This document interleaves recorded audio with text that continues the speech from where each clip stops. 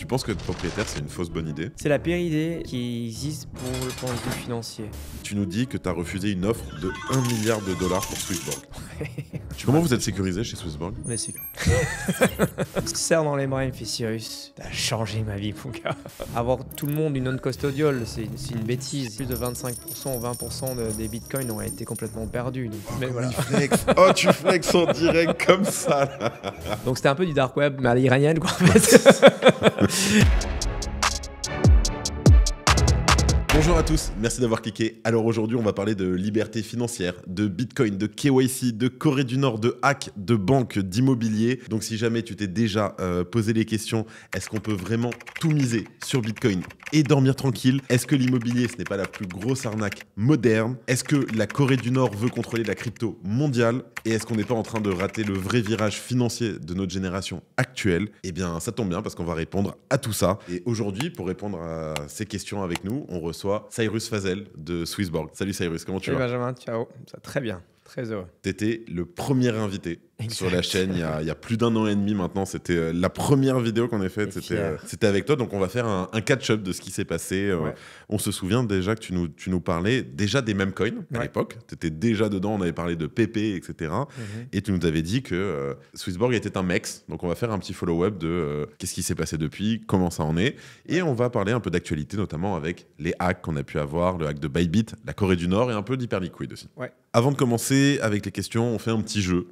Alors, t'étais pas au courant, c'est la cool. petite spécialité. Je vais te dire des phrases, ça va être des « je suis », et tu vas me répondre par oui ou non. Je suis contre le système capitaliste actuel. Oui, Je suis persuadé que Solana va dépasser Ethereum. oui, Je suis convaincu que 99% des cryptos vont à zéro. oui, Je suis plus Elon Musk que Greta Thunberg. oui, Je suis convaincu que l'école ne m'a rien appris sur l'argent. non, Je suis encore traumatisé par la crise de 2008. oui, Je suis convaincu que l'Europe ne comprend rien à la crypto. non, Je suis persuadé que l'immobilier est une prison. oui, Je suis convaincu que les banques finiront par adopter Bitcoin. oui, Je suis contre les influenceurs crypto. non, Je suis plus hold que trade.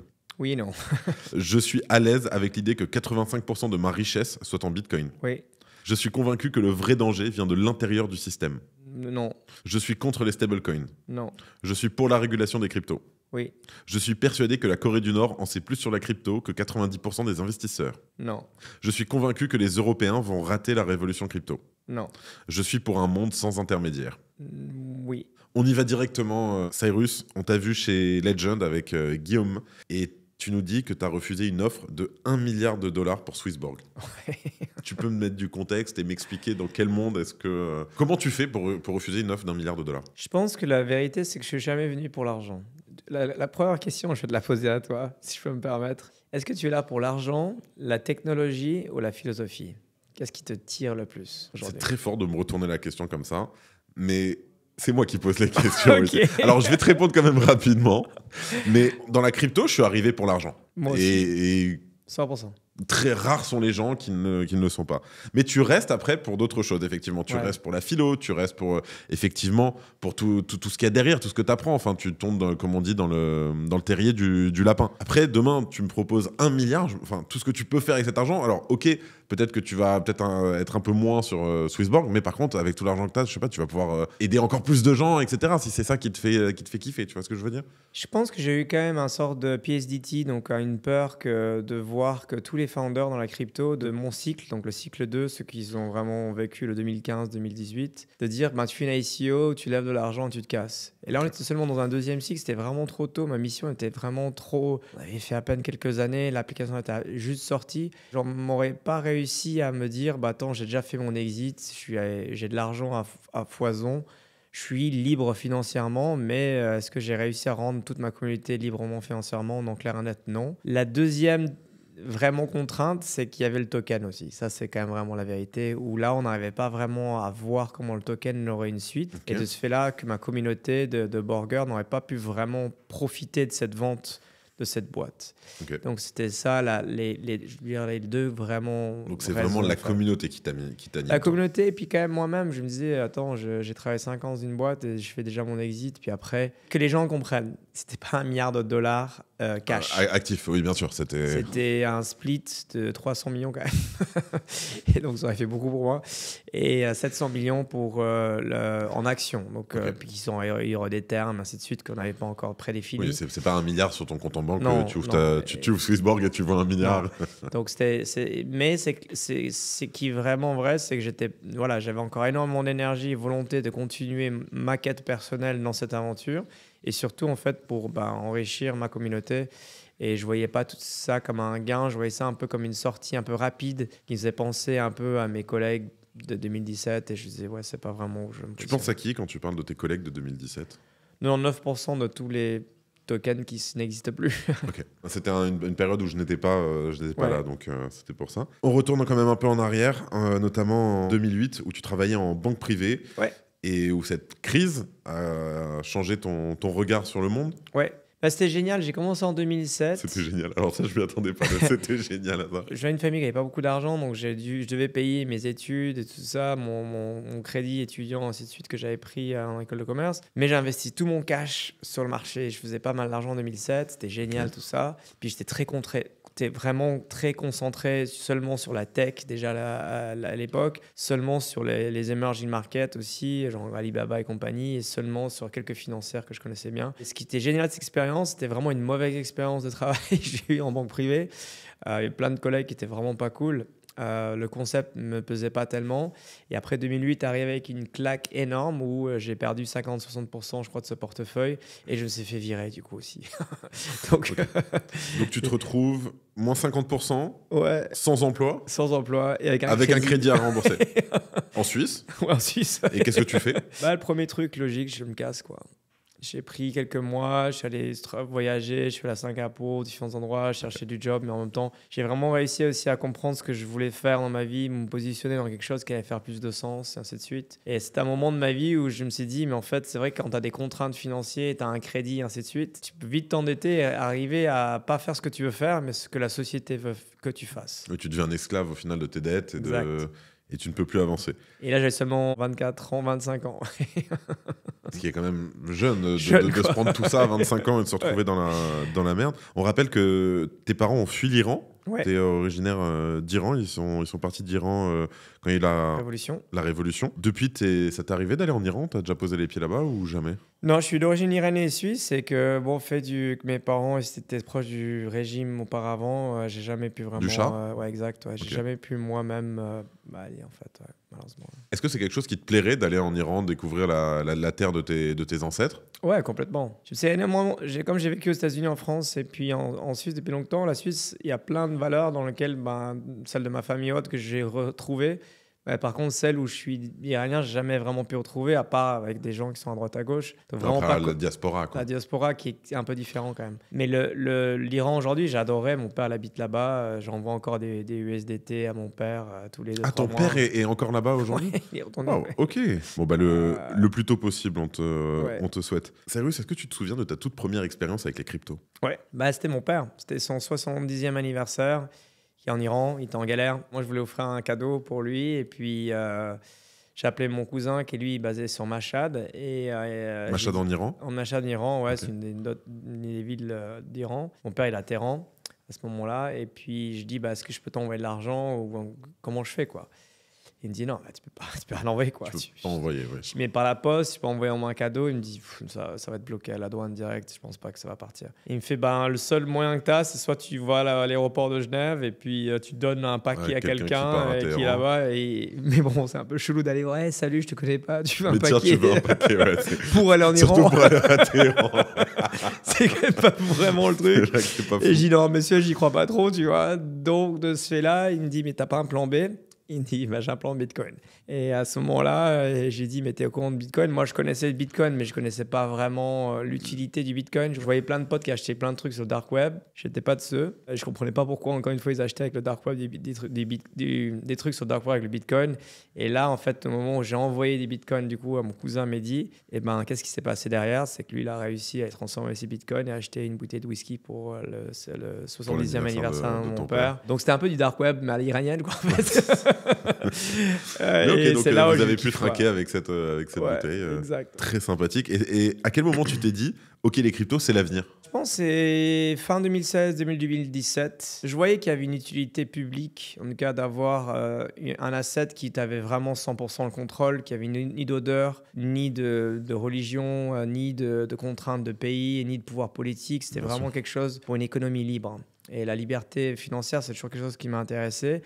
Mais je n'arrivais pas encore à m'adosser à me dire que j'ai travaillé tellement en hedge fund et en banque privée, où j'ai galéré avec tellement de personnes, où j'aimais pas tellement finalement ce que je faisais, pour tout d'un coup tourner ma veste et mettre du coup un truc en zèbre et non pas un costard cravate classique et me dire bon bah je abandonne tout et je vais travailler maintenant pour les gens de l'époque en crypto, qui était très différent de l'époque aujourd'hui. Très différent d'aujourd'hui, C'est j'imagine. très très anarchiste, ou quelques tech guys, mais c'est très anarchiste en tout cas, ce que je voyais en Europe, donc j'avais pas trop le truc. Mais fin 2016, quand j'ai commencé Swissborg, j'ai commencé à voir des personnes dans lesquelles j'avais énormément de respect pour eux. Ok. Et c'est là où je me suis dit, ah mais attends, si elle kiffe la crypto, attends, c'est lui qui kiffe la crypto. Ouais, peut-être Si lui voit je le rate un truc. j'ai raté un truc, mais j'allais aller à Crypto Valley, qui n'était pas encore le nom Crypto Valley, j'allais à Genève, à Lausanne, plein de meet-up. Tous ces anarchistes me faisaient peur, il y en a un qui me disait mais j'aimais bien, et c'est petit à petit où j'ai Oui, eu ça. la vraiment compréhension de la Web 3. Je pensais que ça allait beaucoup plus vite que maintenant, 10 ans, 9 ans plus tard. Ça n'a pas aussi avancé, mais j'ai vu la vision d'Ethereum. Et sa vision d'Ethereum qui m'a dit en fait, oui, peu importe que Booking.com, Uber ou la banque de demain, elle va être Web 3, elle va être drivée par sa communauté. Tout le monde va venir être partenaire pour avoir une token économie autour et on pourra finalement valoriser sa data, valoriser ses actions et être un stakeholder de toutes ces différentes plateformes. Et c'est là que je me suis dit, participation économique, tout ça, et je me suis commencé à dire comment je peux faire ma marche là-dedans, et c'est là où Swissborg est devenu le turning point. Ouais. Swissborg, on va en parler un peu plus tard, parce qu'au final, c'est un peu la croisée des chemins, Swissborg. C'est un peu la claque de 2008, la liberté, le truc qui se rassemble, que tu as réussi à rassembler avec ton frère et tes associés Ouais. dans une application. Et la perte avec l'Iran, en fait. L'Iran, c'était quand même un truc vraiment... Parce que mes parents, ils ont perdu tout. Tout. Ils n'ont pas perdu seulement l'argent, leur titre financier, leur immobilier. Ils ont perdu aussi leur identité, en fait. Okay. Et quand tu perds ton identité et ton pays qui va avec, ben, demain, Mark Zuckerberg, je dis pas qu'il va le faire, mais n'importe qui, ou Elon, il a déjà remove de Twitter des personnes. Bien sûr. Et auparavant, bien encore plus. Jack Dorsey a quand même remove le président d'aujourd'hui, Trump. Donc quand tu te rends compte que la centralisation est tellement dangereuse, mais que grâce à la crypto, ben, tu peux aller au-dessus de cela, ben, c'est tous ces différents objets qui m'ont dit, en fait, c'est clair que le monde doit arriver où tu as une souveraineté, ton identité, ton argent, et tu arrives à avoir un monde meilleur avec une user experience meilleure qui est à travers la crypto, quoi. Si tu avais pu vivre une vie normale en Iran, il n'y aurait pas eu Swissborg? Ouais, c'est une bonne question. Je pense que tout dépend de ce que j'aurais fait, je pense. Ouais, c'est une bonne question. Ouais. Après, ma famille a très peu vécu en Iran en soi. Ils étaient quand même des diplomates qui sont voyagés un peu de partout, ainsi de suite. Puis une partie suisse. Donc, je ne sais pas si vraiment j'aurais vécu en Iran, mais faut que je fasse dans la matrice, on ne saura pas. Aujourd'hui, tu crois vraiment que les cryptos profitent aux classes moyennes et pauvres? Je pense que vraiment le Bitcoin, c'est celui qui a changé le game. En fait, c'est celui qui a permis à n'importe quel investisseur de prendre du risque et d'investir dans quelque chose qui est différent de l'immobilier. Et moi, par exemple, quand je suis venu à Paris dernièrement, c'était exceptionnel. C'est probablement une de mes meilleures expériences. On est dans un meet-up, Swissborg, ainsi de suite. Il y a un gars ultra baraque qui arrive, habillé en CRS, et puis il vient me voir mais super rapidement, puis il me serre dans les bras, il me fait « Cyrus, t'as changé ma vie, mon gars. » Wow. Il me montre l'app, il avait fait vraiment une somme intéressante, et il m'a dit « Voilà, je suis arrivé dans l'app en 2020, j'ai réussi à faire des investissements Comme tu sais, en tant que CERS, nous, on ne gagne pas énormément d'argent, on gagne un salaire moyen. Et grâce à ça, il a réussi à faire des bons investissements et des mauvais investissements, ce qui est clair. Il a réussi à fédérer pas mal de personnes autour de lui. Et aujourd'hui, grâce à Swissborg ou grâce en tout cas à la crypto, ça va lui permettre d'avoir une retraite bien meilleure qu'une retraite classique de CERS qui est en général assez tôt. Et ce genre de personnes, j'ai eu des gens qui ont, grâce à eux, ils ont eu des boulangeries, ils ont réussi à se mettre vraiment à leur compte, ainsi de suite. Et il y a vraiment plein de différents cas. Et c'est ça qui me fait, moi, personnellement, le plus plaisir. Parce que quand tu viens de classe sociale où tu n'as pas eu forcément l'éducation d'investissement, où tu n'as pas fait des écoles de commerce, où tu n'as pas été en finance, en général, le seul truc que tu fais, c'est d'investir en gros en immobilier. Et quand tu arrives dans l'immobilier, tu t'endettes, et ainsi de suite. Au lieu de faire du 20%, 30%, 40% annualisé comme tu fais sur la crypto, ou bien plus, même 100%, si tu as investi depuis longtemps, là, tu te fais du 4-5%. Donc, c'est très difficile de changer de classe sociale, en fait. On reparlera un peu plus tard de l'immobilier, mais ça fait plaisir ces témoignages. Ce témoignage de merci Cyrus, t'as changé ma vie et tout. Ouais. Ça te fait énormément redescendre sur terre, je trouve. Tu te dis, je suis content de moi. Genre, comme tu sais, la crypto, c'est un truc de yin et yang. Il y a toujours le moment où tu es ultra positif, même trop optimiste, et tu es trop surexcité. Il y a des moments où ils sont ultra dark, quoi, qui te remet en question tout ce que tu as fait. Tu as énormément de personnes qui peuvent devenir dark. Et c'est vrai que dans la francophonie, il y a des gens qui sont parfois un tout petit peu plus dark que la moyenne. Très dark. Je sais pas pourquoi, mais on est très dark ici. Et c'est ces moments-là, en fait, qui règlent tout, qui clear tout ton karma, qui te permet de te revitaliser. Et puis, ça m'arrive assez souvent, quoi. Et ça, c'est cool, quoi. Ça, c'est bravo à toi. Acheter du Bitcoin aujourd'hui, est-ce que c'est comme acheter de l'or il y a 30 ans? Non, je pense que l'or a toujours été un asset qui était vraiment bien pour se protéger, pour permettre de évoluer, mais pas de changement stratosphérique par rapport à où tu es. C'est plutôt un truc de wealth accumulation, donc qui permet de t'enrichir sur le long terme. Et c'est un très bon asset class à avoir et c'est super bien pour donner à tes enfants, ainsi de suite. Le Bitcoin, c'est quand même un game changer dans lequel la volatilité est beaucoup plus importante, mais la performance aussi est complètement folle, quoi. Bien entendu, et outre que l'investissement, ça permet aussi des choses que l'or n'aurait jamais pu permettre. D'envoyer de l'argent sans intermédiaire, etc. D'ailleurs, on va parler des intermédiaires, c'est directement la prochaine question. Donc, je dirais l'or, c'est très bien pour les riches. Le Bitcoin, c'est pour tout le monde. Dont les riches. Dont les riches aussi. Mais le Bitcoin, c'est l'asset class la meilleure qui soit pour vraiment performer sur long terme et surtout aussi l'utiliser comme tu as envie, et ainsi de suite. Que l'or, finalement, tu gardes sous ton matelas ou dans ta banque privée, dans le coffre-fort. Mais pas tout le monde a un coffre-fort dans une banque privée, quoi. T'as pas le droit de me répondre Swissborg. Je vais te poser une question, t'as pas le droit de me répondre Swissborg. Comment tu fais pour, quand quelqu'un te dit « mais c'est quoi la crypto, j'y comprends rien ». Ouais. T'as pas le droit de dire Swissborg, attention. Je pense qu'il faut aller sur le Crypto Daily, quoi. Voilà. S'inscrire au Crypto Daily, il faut essayer de comprendre.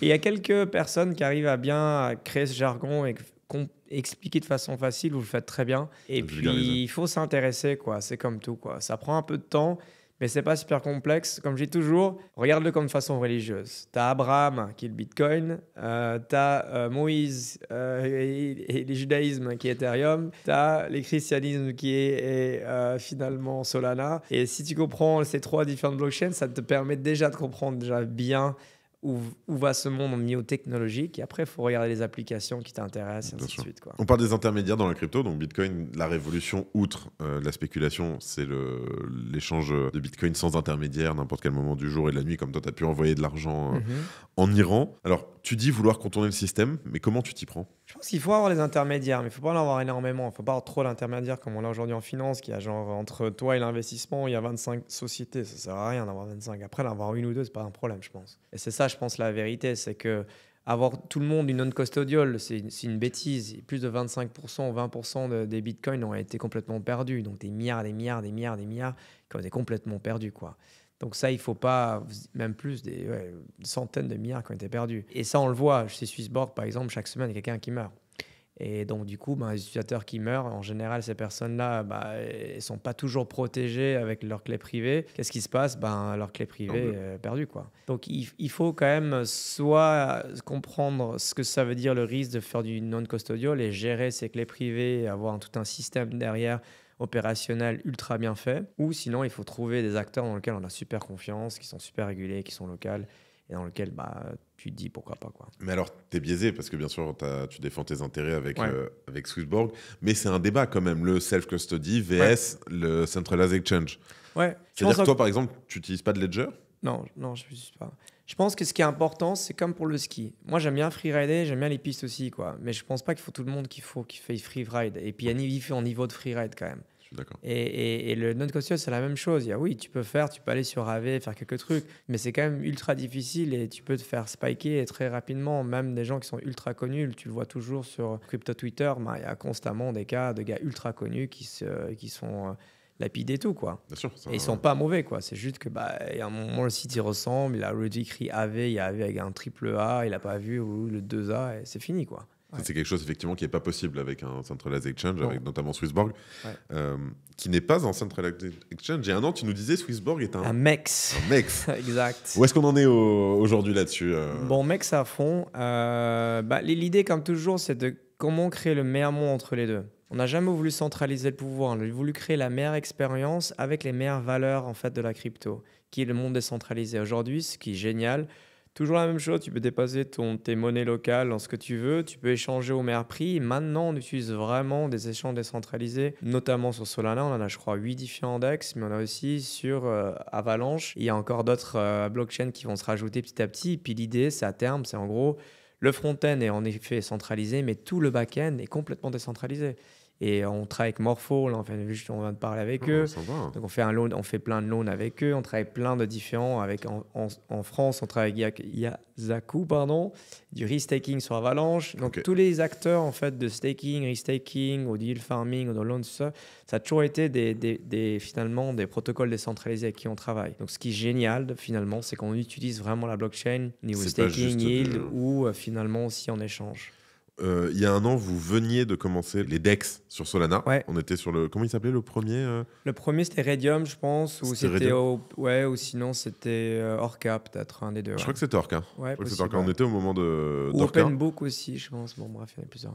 Et aujourd'hui, donc, vous en avez 8. C'est-à-dire que Solana représente quand même une partie importante de la DeFi qui est proposée sur Swissborg. Mais aussi, sur Swissborg, on va pouvoir, j'imagine, changer interblockchain directement sans s'embêter. Exactement. Donc, imagine demain, tu as un token, par exemple Guns, en ce moment, je suis très excité, qui est un jeu vidéo qui est sur Avalanche.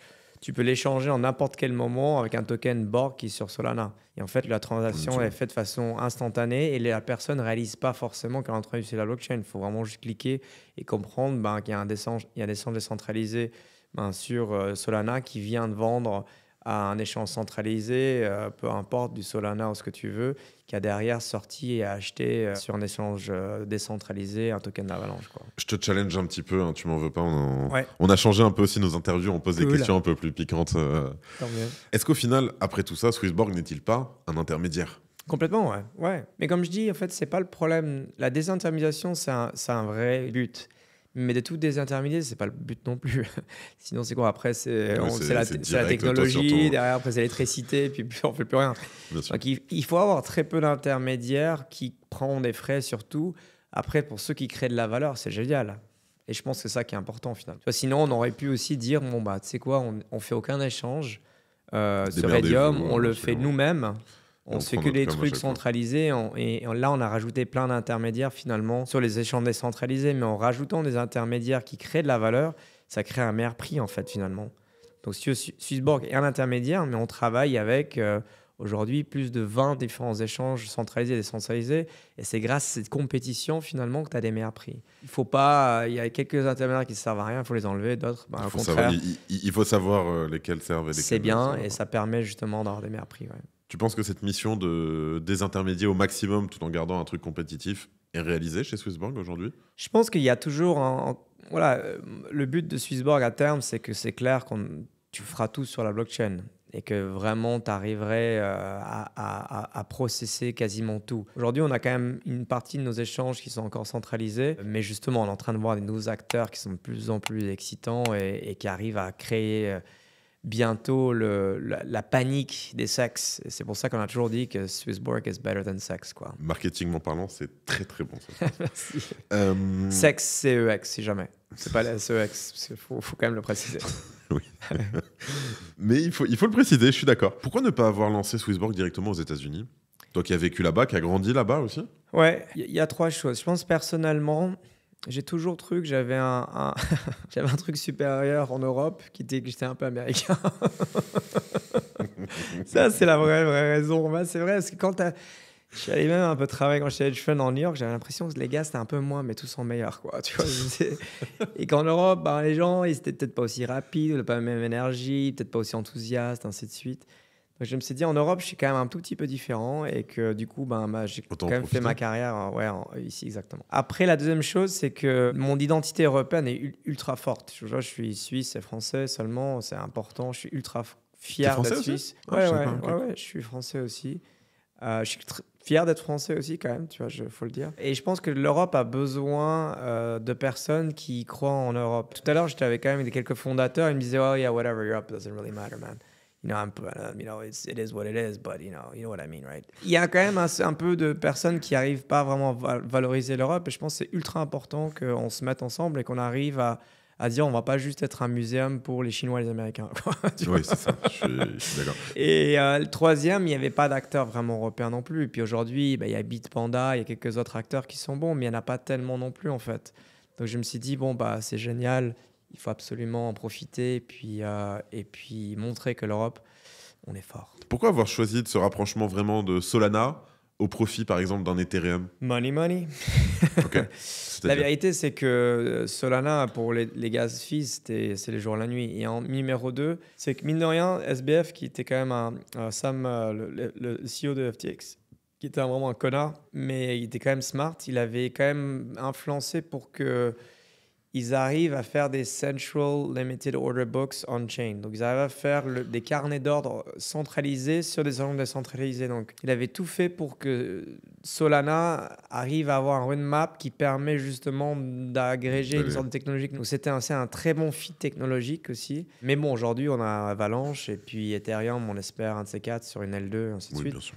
Mais il y a encore aujourd'hui, tu ne peux pas faire des trades à 5 $ ou 10 $. Sur Ethereum, ça ne marche pas, quoi. Ça marche pas. Autre fonctionnalité qu'on a vu apparaître sur Swissborg, que d'ailleurs j'utilise beaucoup, merci à Joseph. On utilise souvent les alphas maintenant sur Swissborg, notamment lors de la vidéo du Crypto Drinks. Il y a Asher Owen qui m'en a parlé, qui en a parlé, qui lui aussi utilise. Est-ce que tu peux nous en dire un peu plus?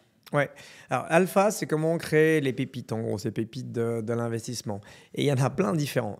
Les premiers alpha, c'était comment investir comme un venture capital, donc un super investisseur dans des projets qui ne sont pas encore listés. En général, ça va seulement à des gros fonds ou quelques angels. Nous, on voulait démocratiser ça et dire, on va essayer de trouver les meilleures pépites et vous allez investir avant que le token apparaisse. Et puis, risque maximum, mais potentiellement retour qui peut être aussi maximum, ce qui est logique. Ça, c'était vraiment la première. Et puis, on a commencé à faire ça dans l'app, mais aussi à travers Borgpad, qui est un launchpad décentralisé. Puis, on a un peu continué là-dessus sur les alphas, mais plus sur le farming de nouveaux tokens aussi. Donc, comment créer du yield sur des nouveaux pools pour faire du yield farming et pour faire en gros du farming de nouveaux tokens. On a continué là-dessus sur les produits structures un peu plus complexes, de comment acheter les tokens au plus bas et les vendre au plus haut. Donc il y a plein de différentes stratégies d'alpha aujourd'hui qui existent sur l'app. Et encore une fois, on essaye d'offrir une expérience meilleure et plus simple en cas d'utilisation que toujours être un trader, un portfolio manager ou un venture capital. Moi, je me suis laissé aller sur les alphas et j'aime bien. Voilà, c'est stylé. Franchement... je les utilise maintenant, je les regarde. Alors effectivement, moi je suis beaucoup plus du côté unhosted wallet. Mais tu vois, les alphas, je les vois passer, je les regarde, je mets un petit billet dessus avec des petites billes. Et si tu veux un jour organiser toi-même des alphas pour ta communauté, Crypto Daily, c'est bienvenu. Tu sais quoi? Ma phobie, c'est de faire perdre de l'argent. C'est de faire perdre de l'argent aux gens. T'en feras, mais t'en feras gagner aussi. Mais là, ma phobie, c'est d'abord être sûr d'en faire gagner, après on verra pour en perdre, tu vois. C'est que, non, c'est... Ouais, je comprends. Tu sais, c'est quoi le problème? C'est qu'il y a des gens, tu leur dis, j'y vais doucement, je mets 1%. Le mec, il met tout. Mais le mec, il met tout. Sur Alpha, on limite en fonction de chaque personne. On a appris la façon qu'on a fait là, qu'ils étaient trop extrêmes. C'est une folie. On a lancé un nouveau format, là. Radio Crypto, ça s'appelle. C'est un format live qu'on fait 2 fois par mois où les gens nous envoient leurs anecdotes en crypto. Et je les lis en direct, en live. Et après, on juge avec le chat si l'anecdote est vraie ou pas. Donc, on ne demande aucune preuve, c'est 100% anonyme. Tu peux t'envoyer, soit tu remplis un form, soit tu envoies un vocal, soit tu montes directement. Et il y a des anecdotes de gens qui ont mis des sommes, mais j'ai même pas les mots, sur des conneries. Mais ça me donne envie de pleurer pour. Ouais. J'ai tout mis, j'ai mis l'appartement, Ouais, pour c'est le. triste, ouais. Enfin, les trucs pour la petite et tout, et j'ai tout perdu sur un même coin, en levier. Faire perdre de l'argent aux gens, ça me fait très peur. Surtout en ce moment où en France, t'as une chance sur deux de te faire kidnapper si jamais t'es en crypto. On a aussi entendu une rumeur un peu passée ces dernières semaines, c'est que vous allez faire du mandat de gestion avec Swissborg. Est-ce que Exact. tu veux nous en parler un petit peu? Dans le wealth management ou la gestion de patrimoine, tu as 3 différents profils. Tu as les gens qui font l'exécution, c'est le gars qui s'y connaît ou qui adore vraiment gérer son truc. Tu as l'autre qui est en manque advisory, donc le gars qui prend du conseil et qui dit OK, ce que je veux faire. Et tu as ceux qui sont un peu. Et au départ, je trouve que c'est pas trop mal comme format, ou même pour des gens qui se disent bon, il y a une partie de mon argent, je veux que ce soit dans un seul sorte de profil de Bien sûr. risque. Du coup, on a recréé ce que je faisais à l'époque, hein, c'était très classique. Et donc, c'est des mandats à gérer. En effet, il y a 2 différents risques. Et l'idée, c'est de permettre de performer assez bien dans les marchés haussiers et de moins perdre dans les marchés qui sont descendants, quoi. Et j'ai rien à gérer. Et t'as jamais. C'est-à-dire que j'envoie de l'USDT, de l'USDC, pardon, Ouais. l'USDC maintenant. Plus l'USDT, malheureusement. Ouais. N'envoyez pas d'USDT à vos amis sur des exchanges, c'est mort, je vous le dis, c'est Ouais. mort. Donc j'envoie des USDC, disons j'envoie 10 000 USDC, Ouais, et vous gérez tout, et après je dis voilà, je veux voir dans 2 ans, je veux le retirer, ou des trucs comme ça. exact. Ouais, ou vous retirez à n'importe quel moment. Mais ouais, l'idée, c'est de regarder sur une longue durée en principe. Et ouais, c'est de faire de la wealth accumulation. J'en Et de profite. permettre de bien gérer son portefeuille tout en étant rien à faire, quoi. La dernière fois, on avait fait une vidéo sur Swissborg, et j'avais eu un commentaire, ouais, espèce de mytho, tu n'utilises pas Swissborg, c'est pas vrai. Donc je veux en profiter. Mais je suis donc avec Cyrus, le patron de chez Swissborg. Hop, Cyrus, est-ce que tu peux confirmer que j'utilise Alpha, tu as du Swissborg, tu as des Best of Blockchain, tu as du Bitcoin, faut qu'on en bravo, parle, tout ça. Ouais. best of blockchain. Ouais. J'aime beaucoup, vous faites des espèces d'ETF au final, Ouais, exact. Ouais. des fonds indiciels. C'est Exact. super. Ça, c'est cool. C'est pas activement géré en revanche. Tu vois, c'est-à-dire que tu vas penser à quelles sont les meilleures blockchains. Nous, on va essayer de les mettre à l'interne. Et puis, ça va faire comme le marché que l'autre, on espère justement ne pas être totalement corrélé 1 pour 1 pour le marché, quoi. Voilà, j'en ai un. C'est Memcoin. Memcoin, il n'a pas bien performé dernièrement. Oui, alors il n'a pas bien performé. Mais au moins, j'ai pas besoin de me faire chier à savoir c'est quoi le Memcoin, le truc Exact, et tout. ouais. Je sais que j'ai mis des billes dessus. Ouais, exact. Alors oui, tu vois, c'est bien monté. Mais regarde, à un moment de 0, c'est monté haut quand même. Ouais. Tu vois, donc non, franchement, c'est super. Ça, c'est Exact. quelque chose aussi que j'utilise pas mal. Ouais, non, Mais vrai. c'est bon, tu peux valider que j'utilise Oui, tu utilises les merci Swissborg. events pour ça, c'est Voilà, cool, c'est ouais. bon. Vous avez lancé une nouvelle fonctionnalité. Donc là, c'est vraiment, il y a une nébuleuse autour de Swissborg qui est en train de se créer. C'est notamment le BorgPad. Ouais. Donc c'est pas direct sur l'application, c'est Non. on-chain, en ligne. Ouais. Tu peux nous raconter ce que c'est rapidement? Donc, le but de Swissborg, c'est de ne pas être trop nombreux. Et donc, il y a plein de spin-offs qui partent. Et donc, il y a Xborg, il y en a plusieurs différentes qui sont des bonnes réussites. Et BorgPad, c'était celle que la communauté a fait eux-mêmes, c'est pas nous. Et le but, c'est de vraiment permettre d'incuber les meilleurs projets et de les lancer de façon décentralisée sur la blockchain aujourd'hui Solana et puis demain d'autres pour trouver les meilleures pépites et puis aussi pour permettre de lister les meilleurs projets sur Swissborg. On passe sur un deuxième petit jeu. Ouais, Je vais te faire compléter des phrases. ok. La pire stratégie d'investissement, c'est... Buy high, sell low. C'est très bien.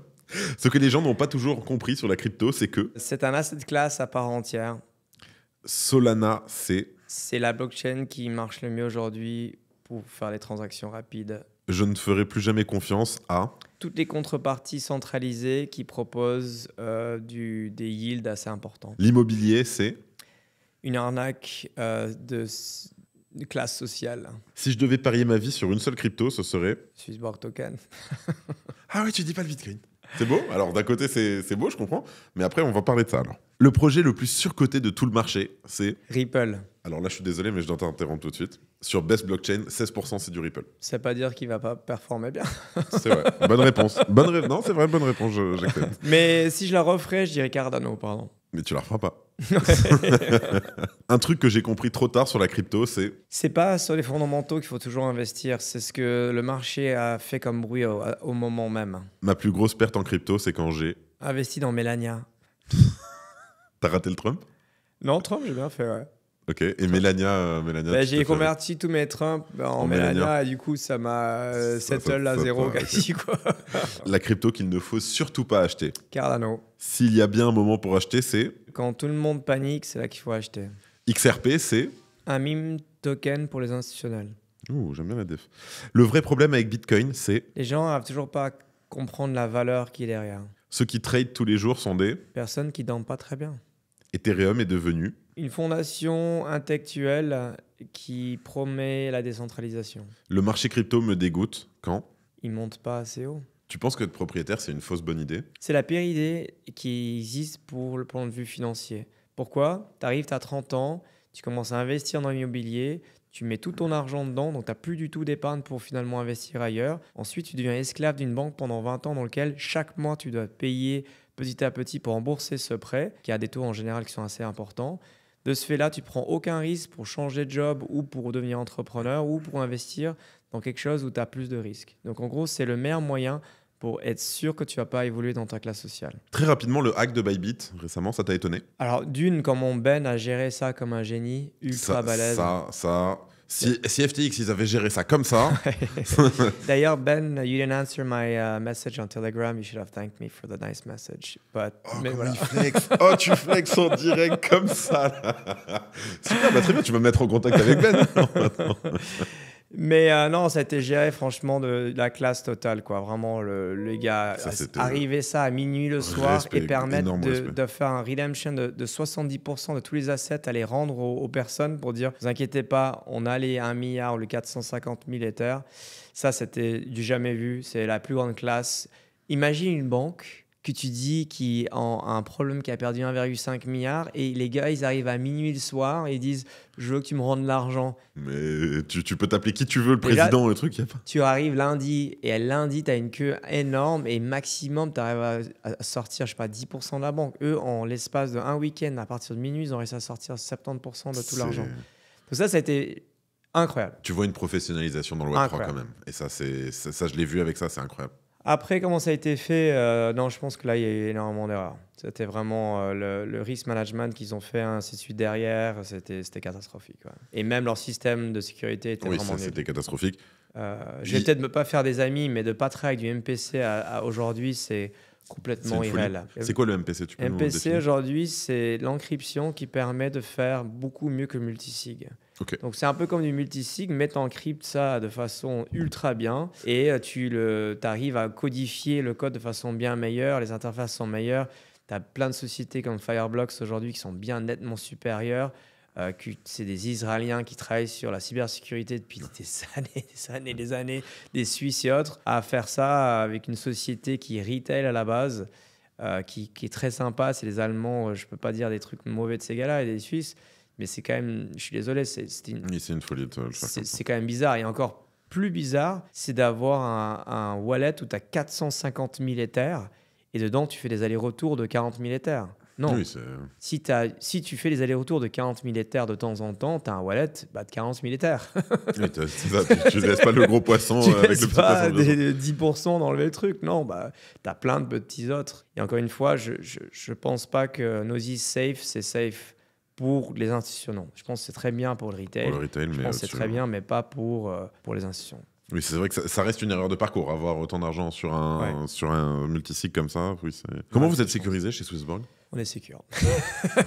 Donc on a ZachXBT, le fameux enquêteur on-chain, qui dit que très peu de services ou d'exchange sont capables de réagir vraiment en quelques minutes à une alerte qui est vérifiée. Est-ce que tu confirmes ce constat? Je pense qu'aujourd'hui, il y a plein de différents networks, comme Trust Network, tout ça, on travaille tout ça, c'est bien entre différents échanges. Et franchement, ça dépend, ils sont vraiment bien faits. Je sais que Binance ne font pas partie de ce réseau-là, mais en moyenne, non. Avec Elliptic, avec CoinFirm, toutes les différentes sociétés, aujourd'hui, tout est instantané, tout est bloqué. Donc c'est quasiment instantané, c'est-à-dire le nombre de fois sur Swissborg, il y a des gens qui ont été envoyé des tokens à des projets qui sont complètement hasardeux.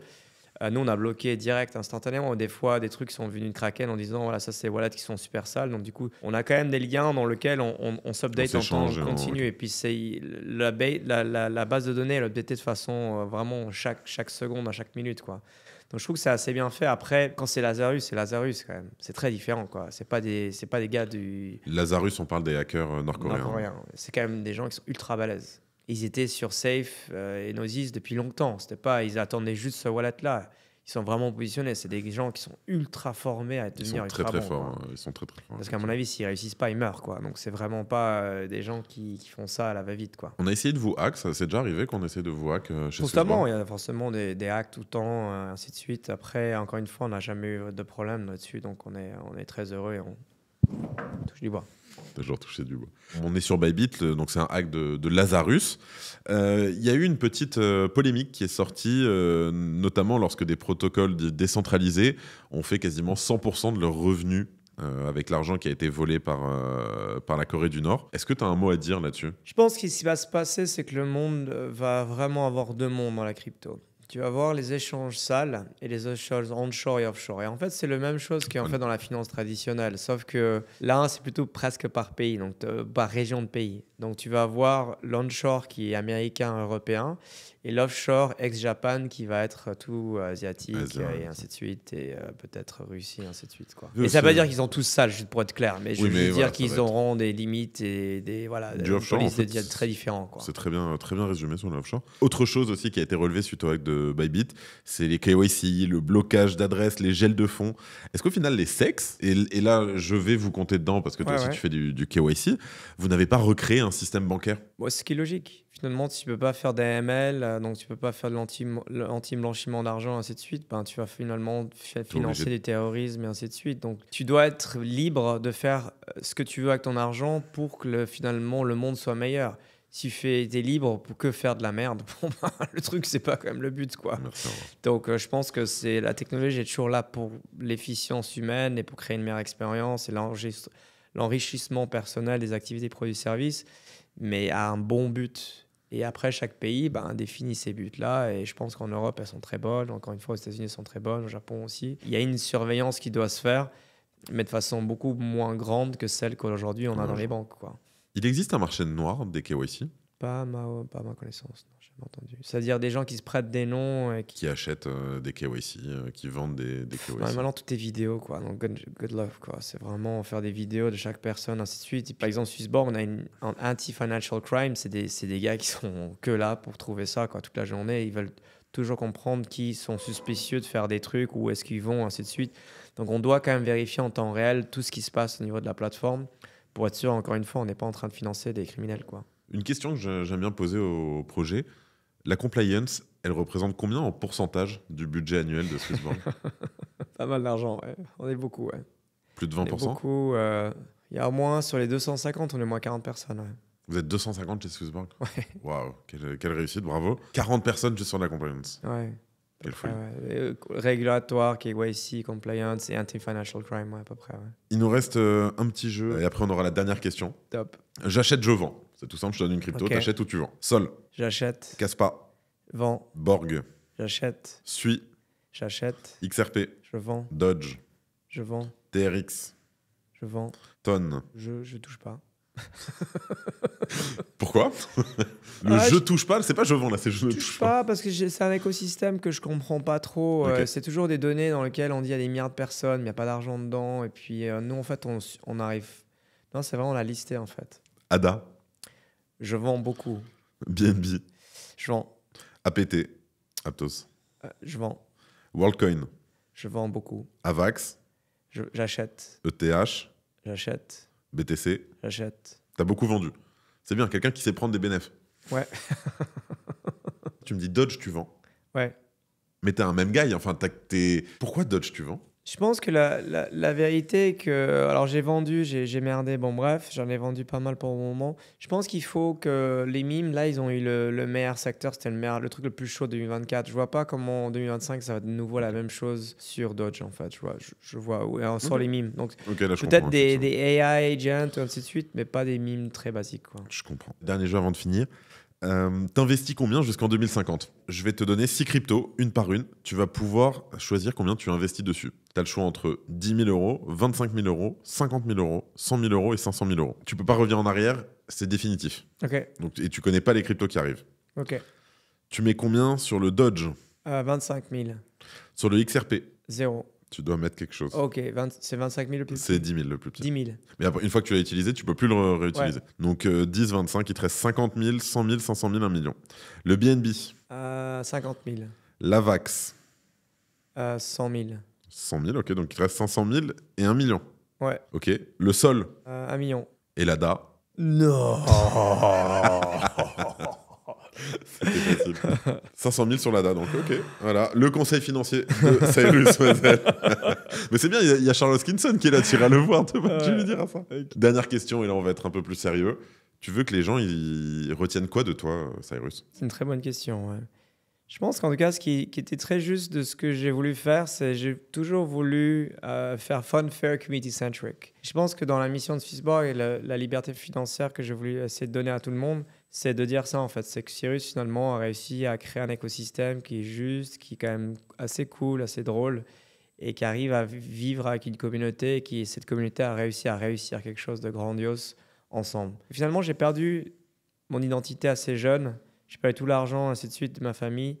Et je pense que la vraie but de Swissborg, c'est de recréer un peu une famille, mais pas forcément basée sur une religion, parce que finalement, j'ai multi-religieux, pas basé sur une identité de pays, parce que finalement, j'ai plusieurs différentes nationalités, mais basé sur un but très simple, c'est de comment on arrive à grandir, à devenir financièrement libre, et après à devenir authentique et à s'autogérer à travers ces votations et ce côté un peu suisse que j'aime bien, qui est une sorte de gouvernance décentralisée. Ouais. Eh ben écoute, je propose qu'on termine là-dessus. C'est un Ouais. très beau mot de la fin. En tout cas, Cyrus, je pense que c'est un bon moment pour clôturer cette interview. Merci encore Merci à toi, d'être repassé. On se refait un fast-forward dans un an, on voit Ouais, à fond. où ça en est. Merci à tous. N'hésitez pas à nous mettre un petit like. Abonnez-vous, mettez la cloche. Ça fait toujours plaisir et ça nous aide à grandir. Sachez qu'on est de plus en plus nombreux et ça, c'est grâce à vous. Donc merci beaucoup. Beaucoup de nouveautés qui vont arriver prochainement. Restez connectés. C'était Benjamin et Cyrus sur le Crypto Daily et on vous dit à très vite. Ciao les gars.